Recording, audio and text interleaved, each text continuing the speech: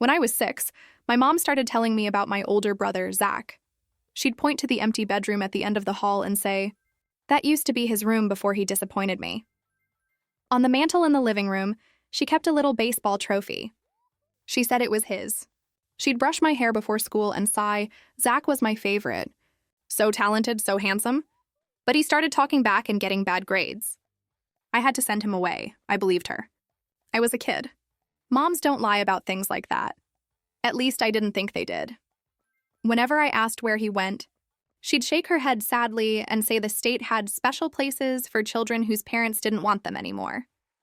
If I wasn't careful, she warned, I'd end up there too and she'd have to find another boy to be her son. That fear shaped everything. I got straight A's. I never talked back. I did chores without being asked. I said please and thank you like it was my religion. By the time I turned 10, the story had evolved. Now Zach was living on the streets because no foster family wanted a bad kid. Whenever we drove through the city and passed a homeless camp, she'd point out some random boy and say, "That might be your brother." I'd press my face against the car window, searching for someone who looked like me. She'd whisper, "That's what happens when mothers give up on their children." I started having nightmares. In them, I'd wake up in a cardboard box while Mom drove by without stopping. Teachers called me polite, focused, a model student. Inside, I was terrified of slipping up. One rainy afternoon, I was rummaging in the basement and found an old photo album. I flipped through it, desperate to see Zach's face. But every picture showed just me and my parents. No empty space where another child should be. When I asked Mom about it, she said she destroyed all the photos because they were too painful. By middle school, normal rebellion started bubbling up, wanting to quit piano, wanting to hang out with friends. Each time I swallowed it. I'd picture the empty bedroom and see myself disappearing like Zach. Then came the day of the detention. I'd been blamed for something that wasn't my fault. My hands were sweating thinking about Mom's reaction. I knew she'd compare me to Zach again. I cut through the park to delay going home. And that's when I saw them. A man and a teenage boy sitting near a tent by the playground. They had sleeping bags, a shopping cart full of belongings. The boy looked about 16, with messy hair and worn clothes. But his face stopped me cold, brown eyes, dimpled chin. My own face staring back at me, I froze. He noticed me and slowly stood up. Recognition flickered in his eyes. He walked toward me like he was seeing a ghost. "What's your name?" he asked quietly. "Daniel," I whispered. "I'm Zach," he said. "How old are you?" 12. "She had another one," he muttered. Then louder, "Is she still telling you about me? About how I was bad and she had to get rid of me?" My whole world spun. Zach was real. And he was only 4 years older than me. Mom had always made it sound like he'd been gone for decades. "She says you were her favorite until you disappointed her," I managed to say. Zach laughed, but it was bitter. "She told me the same thing about a brother named James. Said I had to be perfect or I'd end up like him. I believed it until I realized there was no James. Then she had you, and the cycle started over." The man with him came over slowly. Zach introduced him as Tom, a social worker who'd been helping him get off the streets. "She didn't send me away because I was bad," Zach said. "She sent me away because she's sick. She can't love without controlling. When I started thinking for myself at 13, she called CPS and made up stories about me threatening her." My stomach flipped. The empty room. The trophy. All of it was a trap to keep me scared. Zach pulled out a worn photo from his pocket. Him as a little boy with our mom. The same mom who'd convinced me he was her biggest failure. "She'll do it to you too," he warned. That's when my phone rang. Mom, her name flashing on the screen. My hand shook. Zach grabbed my arm. "Act normal," he whispered. "Don't let her know," I answered, trying to keep my voice steady. "Hi, Mom, I'm at the park." She asked why I wasn't home yet. I said I'd be there soon. Tom dug in his wallet and scribbled his cell number on the back of a business card. He slid it to me while I was still on the phone. "Take this," he murmured. I shoved it in my back pocket. When I hung up, Zach was talking fast. "Listen, you can't tell her you found me. She'll flip out. Borrow someone's phone tomorrow at school and text me. Delete everything after. We'll figure out a plan. But you have to go home now," Tom nodded. "If she finds out too soon, she might call CPS herself and make up lies about you like she did with Zach. She's good at playing victim. I started walking away, my legs trembling. Zach called out, "Keep acting scared of disappointing her, for now. It keeps you safe until we figure this out." The walk home felt like forever. When I turned onto our street, Mom was standing at the front door with her arms crossed. "There you are, sweetie," she said in that fake, sweet voice she used when she was furious. "Come inside." I was so worried. As soon as I stepped through the door, she started patting my pockets, rifling through my backpack. "Just checking you have everything for homework," she said. But I knew now she was looking for evidence of Zach. The business card burned against my skin in my back pocket. The only proof that what I'd seen was real. I forced a smile. "Everything's fine, Mom," she smiled back, but her eyes were sharp. "Good. Let's keep it that way." The moment my mom shut the front door, I knew she was suspicious. She didn't yell or slam anything. That was worse. She hummed softly as she checked my shoes for mud, my jacket for dirt, my backpack for things that didn't belong. I felt the edge of the business card in my back pocket like it was a hot coal. If she touched me, if she decided to do laundry right then, I'd be caught. "Where were you, really?" she asked casually, heading into the kitchen. "The park," I said, my throat dry. "Alone?" "Yes," she gave me a long look, then smiled too sweetly. "Good boy. That's why I trust you more than I trusted Zach." I nodded, forcing a smile. Inside, my chest was pounding. Zach's warning echoed in my head. Keep acting scared of disappointing her. That night, I hid the card under my mattress, but I couldn't sleep. Every creak of the house made me think she was sneaking in to search my room. I replayed Zach's face over and over. He was real. He wasn't a ghost story or a cautionary tale. He was flesh and blood, and he'd lived through the nightmare I was just starting to see clearly. I wanted to text him right then, but if she caught me... No. I had to wait. The next day at school, my hands shook as I asked my friend Ethan if I could borrow his phone to check something. I typed Zach's number and sent, "It's me, Daniel. I saw you yesterday." "What do we do?" I deleted the message and handed the phone back like nothing happened.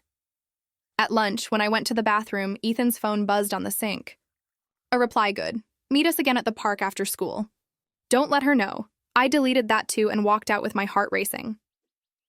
After the final bell, I told Mom I had tutoring. She believed me. She always believed me because I'd never dared to lie before. At the park, Zach and Tom were waiting by the same bench. Zach grinned when he saw me. "You came." I sat down, whispering fast. "She checks everything. I can't keep this card in my room." "If she finds it," Tom nodded. "We'll keep it. Just remember my number in your head. If something happens, tell a teacher to call me." Zach leaned forward. "She's going to keep twisting the story. That's what she does. But now you know the truth. You're not alone." I wanted to cry. For the first time, someone understood. We talked for almost an hour. Zach told me how it started for him. When he was 9, Mom told him about a brother named James who'd been taken away. She said James was her favorite, but he became disobedient, so he was gone. Zach grew up terrified of becoming James. But when he hit 13, he started pushing back, wanting to go out with friends, refusing to wear the clothes she chose. That's when she flipped the script. She told me I was the bad one now, Zach said bitterly, and that she'd make sure I ended up like James. Next thing I knew, CPS showed up at school because she claimed I'd threatened to hurt her. They put him in foster care. From there, things spiraled. She never wanted a son she couldn't control, he said, so she erased me. And then she had you. It was like someone had ripped the curtain off my life. Everything suddenly made sense. The fear, the constant pressure, the missing photos. Before I left, Zach grabbed my hand. "Listen, she'll figure something's off soon. Don't let her know you've been talking to me. Pretend everything's normal. Promise me," I nodded. "I promise." Tom slipped me a granola bar and said, "Eat this before you go home so you don't look too nervous." That evening, Mom was waiting at the kitchen table with a cup of tea. "How was tutoring?" she asked lightly. "Fine," I said, keeping my eyes down. "What subject?" "Math." "With who?" My brain blanked. I stammered, Mr. Peterson." Her eyes narrowed. "Really?" "That's funny. Mr. Peterson called today about scheduling next week." My heart nearly stopped. She was testing me. I forced a laugh. "Oh, I meant Mrs. Collins. She tilted her head, watching me too closely. Then she smiled. Of course. You'd never lie to me. That smile was worse than yelling. It meant she suspected something. Later that night, I caught her in my room. She was rifling through my drawers, lifting the mattress, checking the trash. When she saw me standing there, she didn't even flinch. Just making sure everything's tidy, she said calmly. But I knew. She was hunting for proof, the card. The number, anything. The next day at school, I told Zach what happened. He frowned. She's escalating. That's what she does. Once she senses she's losing control, she digs harder. Tom suggested something. Start a fake journal. Write exactly what she wants to hear. Stuff like, I love Mom, I want to be good, I never think about Zach. If she finds it, it'll throw her off. I hated the idea of lying, but it made sense. That night, I started scribbling fake entries in an old notebook. Sure enough, 2 days later, I found it back in a different spot on my shelf. She'd read it, and for the first time in weeks, she looked almost relaxed. But I wasn't perfect. One Friday, I came home humming a song Zach had taught me at the park. Mom froze. Where did you hear that? She demanded. At school, I blurted. Her eyes narrowed. That's a song Zach used to sing. My stomach twisted. I shrugged. Must be popular. She didn't answer. Just stared at me, her lips pressed tight. That night, I heard her on the phone in her bedroom whispering. I only caught a few words. Social worker. Dangerous. Like Zach, panic surged. Was she trying to set me up the same way she did with him? The next day at the park, I told Zach and Tom everything. She's going to call CPS again, Zach said grimly. She's going to paint you as the problem. Tom looked serious. If that happens, we'll back you up. But you need evidence. Something that proves she's manipulating the story. How? I asked. Start recording her, Zach said. Get her on tape saying those things about me. About James, about how she makes up stories. That way, when CPS comes, we'll have proof. The idea scared me. If she caught me recording her, it'd be over. But I nodded. I'll do it. That night, I tucked my phone under my pillow, waiting for the right moment, and then, like clockwork, Mom came into my room, sat on the edge of the bed, and started stroking my hair. You're such a good boy, she whispered. Not like Zach, not like James. I'd never give you up. Unless you forced me to. My thumb hovered over the record button, the screen glowing faintly under the blanket. If I pressed it, there was no going back. The glow of my phone under the blanket felt like fire. My thumb hovered over the record button as Mom whispered in the dark. You'll never leave me, right? She murmured. You're not like Zach. You'd never betray me. Her hand stroked my hair. My stomach churned. I pressed record. For the first time, her words weren't just in my head. They were captured. Proof. She went on for 10 minutes, repeating her favorite lines. Zach was rotten inside. James was worse. But you're perfect. Unless you change. When she finally kissed my forehead and left, I lay frozen. The recording was saved. My heartbeat thundered as I named the file Proof 1. The next day, I showed it to Zach and Tom at the park. Zach's jaw tightened. She hasn't changed a bit, he muttered. Tom nodded. Keep collecting.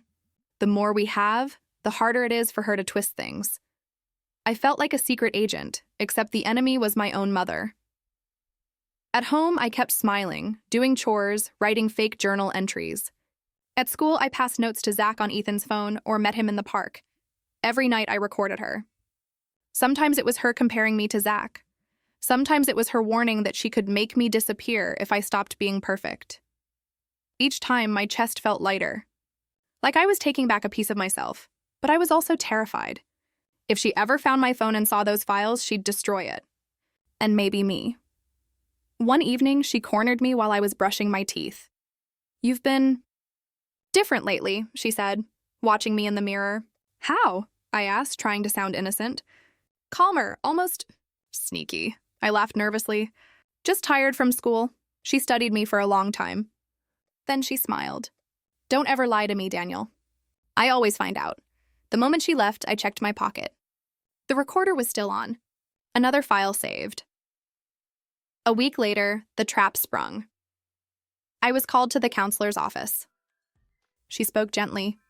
Daniel, your mother says you've been showing signs of aggression, that you've been hiding things. Is that true? My chest went ice cold. This was it, the same move she'd used on Zach. But I was ready. I pulled out my phone. I think you should listen to this. I played a clip of Mom saying, I could make you disappear like Zach if you don't behave. The counselor's eyes widened. She asked me to wait outside. Minutes later, she called Tom, whose number I'd memorized.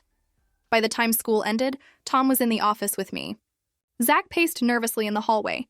You did the right thing, Tom said. 2 days later, CPS scheduled a home visit. Mom cleaned obsessively, baked cookies, and rehearsed lines like she was preparing for a play. When the social worker arrived, she smiled sweetly. Daniel is my world. I'd never heard him. I sat stiffly on the couch. My phone was in my pocket, files ready. The worker asked me questions while Mom hovered. Do you feel safe at home? Does your mom ever scare you? Mom's eyes drilled into me. My throat went dry.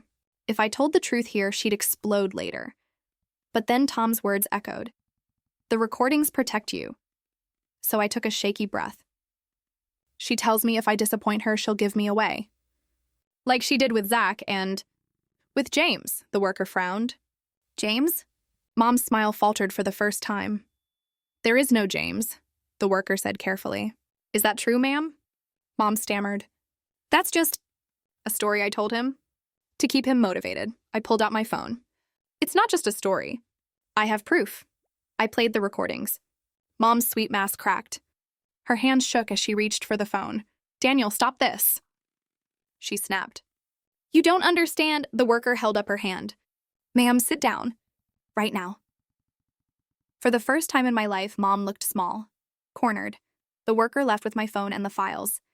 Mom was silent all evening, her face pale, her eyes hollow.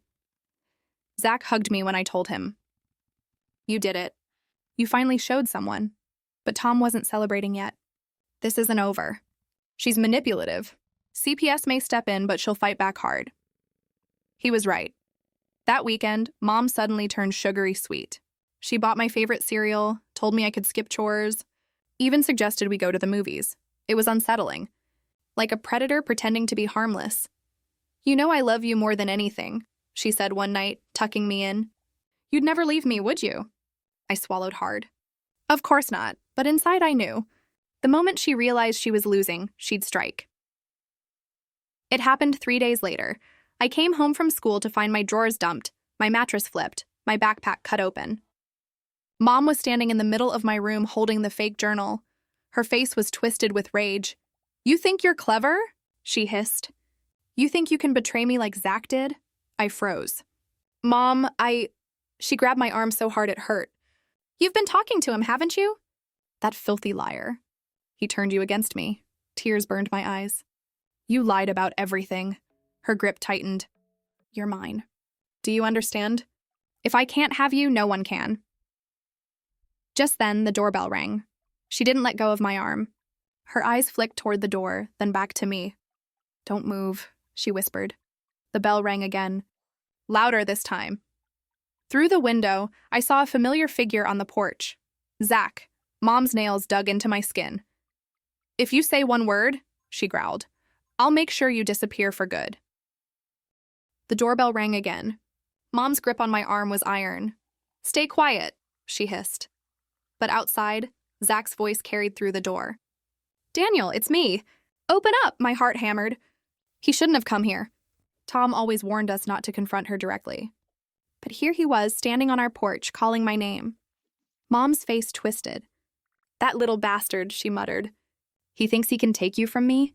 He already ruined everything once. Not again. The doorbell rang a third time, louder, followed by pounding fists. I swallowed hard. Mom, please, shut up! She snapped, dragging me down the hall. She yanked me into her bedroom and locked the door. My arm throbbed where her nails had dug in. She paced, breathing hard. You listen to me, she said. He's dangerous. He wants to poison you against me. You know I'm the only one who loves you.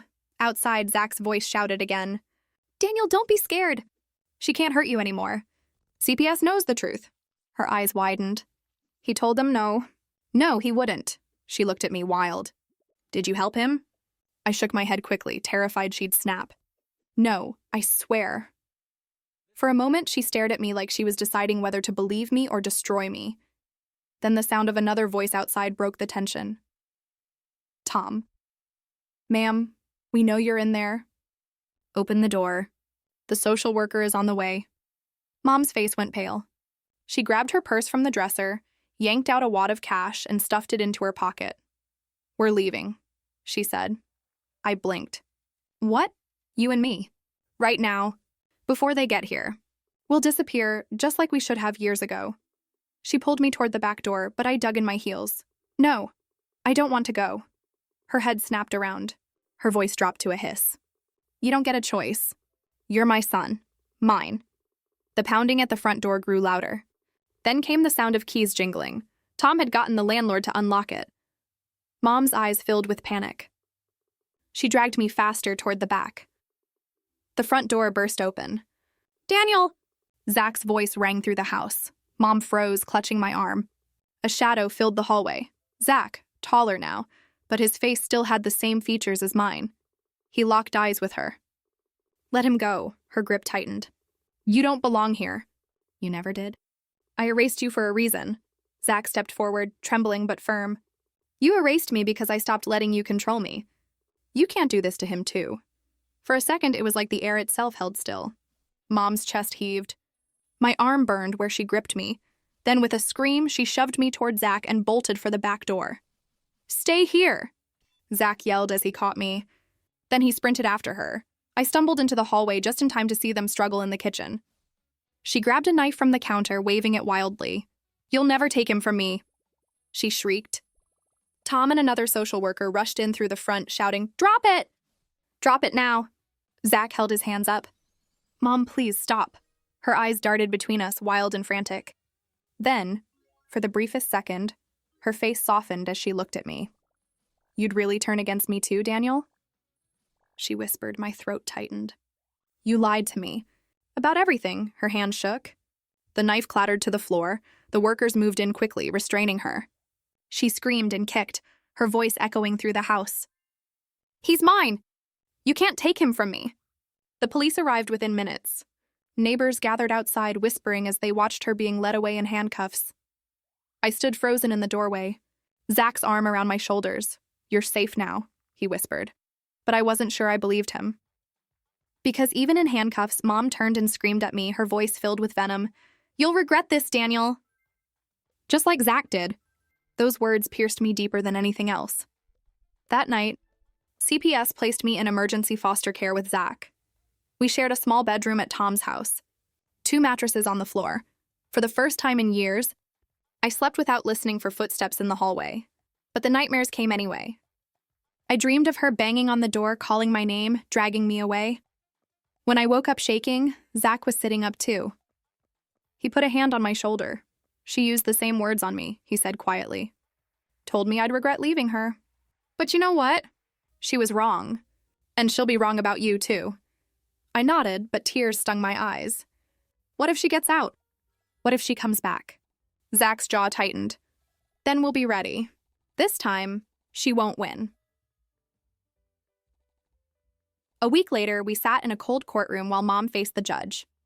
She wore clean clothes, her hair done, her smile perfectly practiced. She spoke softly, playing the victim. I was just trying to be a good mother. My sons misunderstood me. They've been manipulated against me. The recordings told a different story. When they were played aloud, the courtroom went silent. Her voice filled the room, chilling and cruel. I could make you disappear like Zach. The judge's face hardened. CPS recommended full removal of custody, but Mom wasn't finished.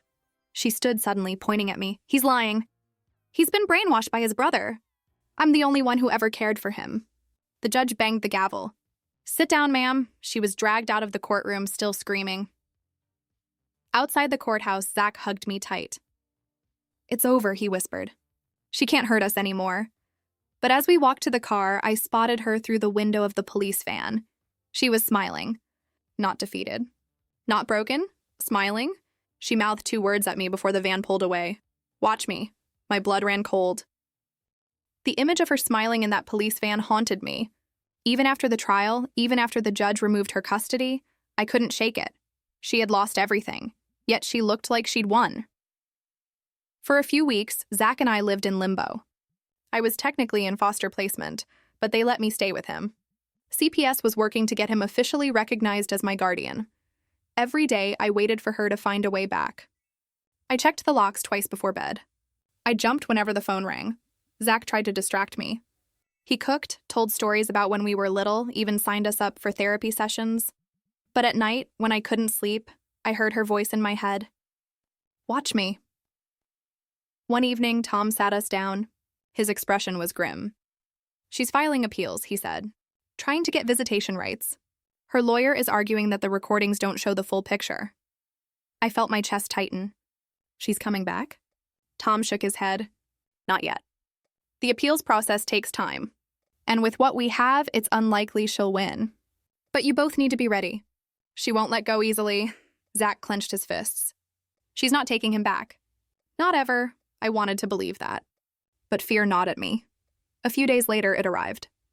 A handwritten letter addressed to me slipped through the mailbox. My hands shook as I opened it. Daniel, I forgive you for what you said in court. I know Zach put those lies in your head. Deep down, you know I'm the only one who truly loves you. Soon you'll understand. Mom, I crumpled the paper. She knows where we live. Zach grabbed it from me, his face pale. I'll show this to Tom. This proves she's still trying to manipulate you. But her words burrowed inside me anyway, like a splinter I couldn't pull out.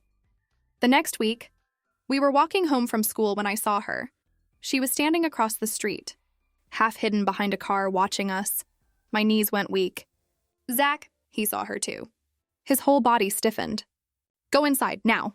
We sprinted up the steps and slammed the door. My chest heaved as I peeked through the window. She was gone, but the look on her face burned into my mind. Calm, patient, like a hunter waiting for the right moment. 2 nights later, it happened. I woke to a faint scratching sound at the window. At first, I thought it was just the wind. But then I heard it, her voice. Danny, open up. It's me. I froze. Don't let them turn you against me. I can take you away from all this. Just open the window. I wanted to scream, but nothing came out. Suddenly, the door burst open. Zach charged in, his face fierce. Step away from the window? She gasped and stumbled back, caught in the beam of his flashlight. For the first time, I saw her look small, cornered. The police arrived minutes later, thanks to Tom's quick call. They arrested her for violating the restraining order. This time, the smile was gone. After that night, something shifted. For the first time, I realized she wasn't invincible. She wasn't a monster under the bed. She was just a broken person, clinging to control she no longer had. Zach held me as I cried. It's over now. Really over, and this time I believed him. Months passed. Her appeals were denied. She was ordered into mandatory treatment and barred from contacting us again. Zach officially became my legal guardian. On the day the paperwork came through, he hugged me so tight I could barely breathe. We made it, he whispered. We're free. For the first time in years, I felt like that might be true. Sometimes I still hear her voice in my dreams. Sometimes I still wonder what kind of person I might have been if Zach hadn't come back for me. But then I look at him, the brother who risked everything to save me. And I know I got a second chance. Mom always said we'd regret leaving her, but the truth is, the only thing I'd regret is never leaving at all.